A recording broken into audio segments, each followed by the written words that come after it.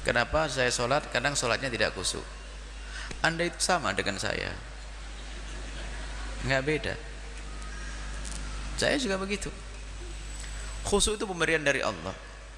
Oh, setan Anda itu beda dengan setan saya. Kadang setan saya itu, kalau setan Anda apa? Anda pengusaha. Setan saya itu ustadz, ngajari topik ceramah itu waktu saya sholat, itu setan. Nah ini setannya kelasnya sama nanti. Saya ustadz, setan saya ustadz. Buya, nanti di kampung ini masyarakatnya begini loh ya. Nanti kalau Buya ngomongnya begini itu, dia masyarakatnya mana? Ini setan bisiki, saya lagi sholat, hati-hati. Kalau Anda pengusaha, Anda bisikin, wah bisnis jualan besok ini ya, strategis. Kalau Anda penyair, setannya penyair nanti. Anda nyari barang hilang pun setannya bisikin waktu sholat. Oh iya, tidak bantal, astagfirullah. Itu Anda godaan Anda di dunia. Ingat, yang namanya khusyuk, wah, pemberian dari Allah. Tiba-tiba kita khusyuk. Saya khusyuk, belajar.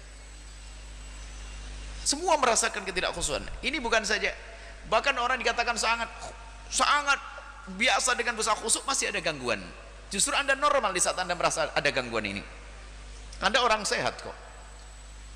Cuman hebatnya Anda itu bukan di saat Anda tidak khusyuk, Anda memerangi ketidakkhusyuan, itulah hebatnya Anda. Anda punya syahwat, saya punya syahwat. Anda bukan malaikat. Kalau malaikat sudah gak pengen macam-macam, gak pengen dunia, gak. Karena Anda manusia ada syahwat. Tapi hebatnya Anda tarik di saat Anda mau ngajak ngomong bisnis nih. Ustadznya pengen ngomong ceramah, enggak. Maunya enggak. Itu loh, itu tugas Anda dulu. Memerangi agar Anda tidak ngikuti bisikan-bisikan setan yang tidak khusyuk itu dulu. Jadi Anda perangi. Saya punya setan juga, saya ngaku. Saya punya setan, wah, tapi harus perangi. Langsung balik lagi, manggil lagi, balik lagi. Nah, ini itu biasa. Lah hebatnya Anda adalah saat Anda perangi satu. Kemudian setelah itu ada cara-cara bagi kita khusyuk. Khusyuk, dia memerangi dulu, itu paling penting. Memerangi sesuatu yang bakal menggoda kita. Lawan, enggak. Anda alihkan. Maka ada beberapa cara agar kita teralihkan daripada apa tadi, daripada yang menggoda. Maka hakikat khusyuk itu digambarkan secara zahir begini. Khusyuk adalah pemberian dari Allah, nggak bisa Anda buat-buat. Biarpun katanya Allahu Akbar, wah, pikirannya kemana-mana ada. Nah, ini jadi bukan jaminan, tapi kata Nabi, tenang badanmu menunjukkan khusyuk hatimu. Sampai ada suatu kata, ada orang sholat itu gerak-gerak gini. Nabi mengatakan, "Law khasha'a qalbu hadza la khasha'at jawarihu." Kalau seandainya orang itu hatinya khusyuk, niscaya anggota tubuhnya juga tenang. Maka syarat khusyuk, Anda harus berusaha untuk tenang dalam melakukan sholat. Baik, satu. Kemudian setelah itu, bagaimana agar Anda bisa memerangi terbangnya akal Anda untuk melanglang kepada bisnis Anda, kepada apa yang selama ini Anda pikirkan? Maka khusyuk adalah caranya, fahamilah apa yang Anda baca. Jadi kalau Anda khusyuk itu Anda ngikuti bacaan Anda. Kalau Anda sudah ngikuti bacaan Anda, insya Allah nggak ingat toko. Alhamdulillah artinya apa? Alhamdulillahi Rabbil Alamin, segala puji bagi Allah. Lupa toko, lupa ini. Ar-Rahmanir Rahim, Allahumma pengasih, kasih sayang tidak pernah henti untukku. Maliki yaumiddin, yang menjadi, yang merajai di hari kemudian, menghukum hambanya, memberi rahmat kepada hamba. Iyyaka na'budu wa iyyaka nasta'in. Sadari makna ini. Nah, itu menjadikan Anda lupa toko.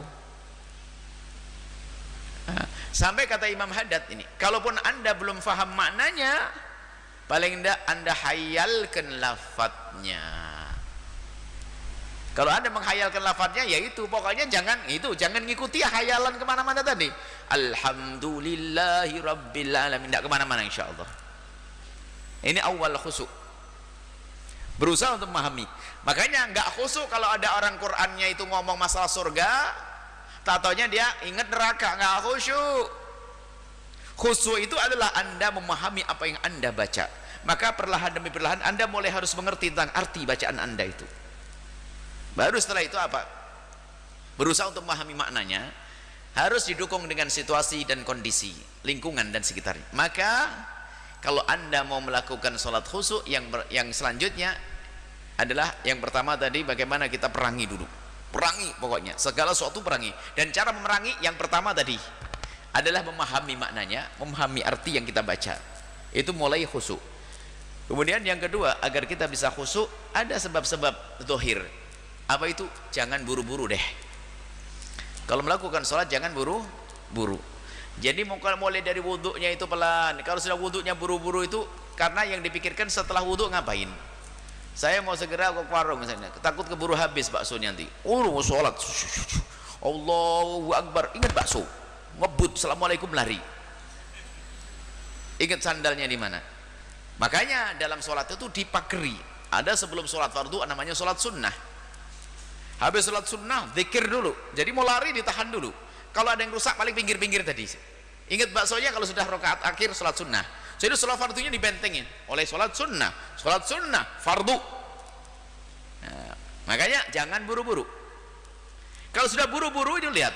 Anda masih ingat waktu kecil Allah Akbar sholatnya paling belakang, Allahu Akbar assalamualaikum lompat tas sandalnya karena sudah pikir sandalnya ada di sana. Atau bapaknya di sana mikir. Terawih mau dung setelah itu saya masih ingat itu. Mau lari aja. Beduknya pentongannya taruh di mana itu kan anak kecil ya, nanti akan rebutan mau main beduk itu.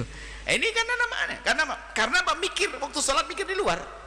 Tapi kalau enggak, kalau sudah dibentengi sholatnya ada muqaddimah qabliyah ba'diyah, maka ini adalah jangan buru-buru ini. Kemudian yang ketiga, sholatlah tepat pada waktunya, yakni waktu sholat. Anda kalau sholat waktu sholat.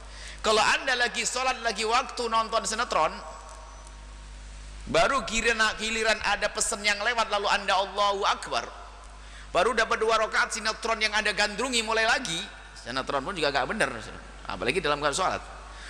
Sudah. Atau sambil nonton bola, yang senang bola. Ini saya buat contoh karena anda gak pantas dicontohin begitu. Anda bukan hobi nonton bola, anda bukan hobi nonton sinetron, maka saya buat contoh saja. Karena ini contohnya orang gak khusyuk. Saya tidak menuduh anda nonton bola, saya tidak menuduh anda nonton sinetron. Ini contoh tidak khusyuk. Yang sholat lagi jaga toko, sambil jaga Allah Akbar, bu, ya Allah, tutup atau tulis lagi sholat lagi nunggu HP, bukan di silent, matikan silent pun. Waduh, ngirim duit nih. Tidak bisa, matikan drag supaya tidak ada gangguan. Makanya sholatlah waktu untuk, biarpun 5 menit untuk sholat, bukan untuk yang lainnya, bukan nunggu HP, bukan nunggu toko, bukan nunggu sholat. Setelah itu yang kelima adalah mintalah kepada Allah. Minta kepada Allah kekhusyuan, yang beri adalah Allah. Dan memang satu orang saja kadang beda-beda, hari ini khusyuk, besok enggak. Satu orang, apalagi dari orang ke orang berbeda-beda. Kadang-kadang seorang menemukan, iya ajib sekali sholat, enak, lama kok terus. Nah, seperti itu insyaallah. Semoga Allah memberikan kepada kita kekhusyuan. Yuk kita belajar semuanya.